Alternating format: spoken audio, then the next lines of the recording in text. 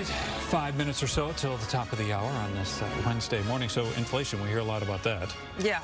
We've heard a lot about that in the news. It has gone down. It's gone down to below the 3% that they were hoping for. Yeah, so. we're getting ready to hear another word that nobody's really heard in a while, deflation. Yeah, so prices starting to drop. Not everywhere, though. Consumer reporter Steve Noviello joins us this morning. Okay, Steve, so a new trend?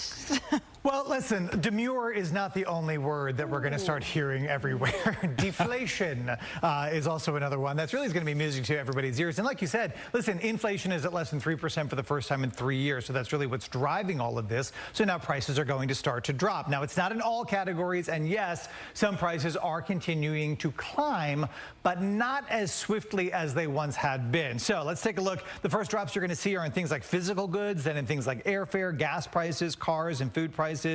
Topping the list in the food category, the price of apples, of all things, down 14.5%. Men's suits and outerwear down 12%. Pre-owned cars and trucks down 10%. TVs down about 5%. Even airfare is down about 3%. All right, so should we expect to see a big price difference that is passed on here? So you're going to see a difference, but probably not like huge swings like we saw during the pandemic. Remember when everybody was locked in their house staring at four walls thinking, I should renovate, I should build a house, I should build a fence, and all of a sudden the price of lumber, we know, went through the roof. Then we kind of had to unsnarl some of those supply chain issues, some of the supply and demand issues. So there's not going to be a big moment like that that's going to reopen the floodgates, you know, to lower prices here, right? We've managed to also steer clear of recession so far, which would also cause prices to plummet. So avoiding that big moment means we're not going to see a pronounced shift either. What's going to happen is you're going to be at the grocery store in a couple of weeks and think, well, that cereal is a little cheaper than it was the last time I was here.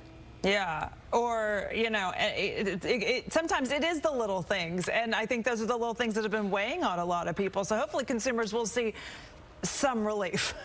You know, we're going to see kind of waves, right? So first things first, it's going to be things like offers on vehicles, the reintroduction of, and we've seen it already, rebates, special financing, special pricing. Remember, it wasn't too long ago that people were walking into car dealerships to pay market adjustment prices, $10,000, $15,000, $20,000 over invoice, you know, and handing over their money because they needed a car so desperately. You know, at the same time, we saw the price of pre-owned vehicles that were higher than the price of new vehicles because they had been manufactured already.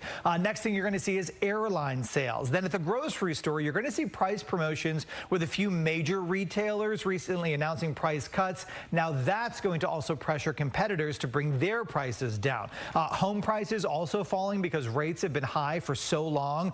We're hitting a bit of a sweet spot there. I was just talking to someone the other day. You know, the price of a house, you only have to pay once. So pay it and make it as low as you can. The rate, yeah, it's not so great right now. But remember, you marry the house, you date the rate, right? So buy the house once, you can always refinance when rates come down, which, by the way, the Fed is poised to do once again in September. Yeah, it sounds like a lot of people hopefully can take advantage of that. Still cost you, but at least you can drop the rates. Yep. All right, Steve, thanks. Good to see you.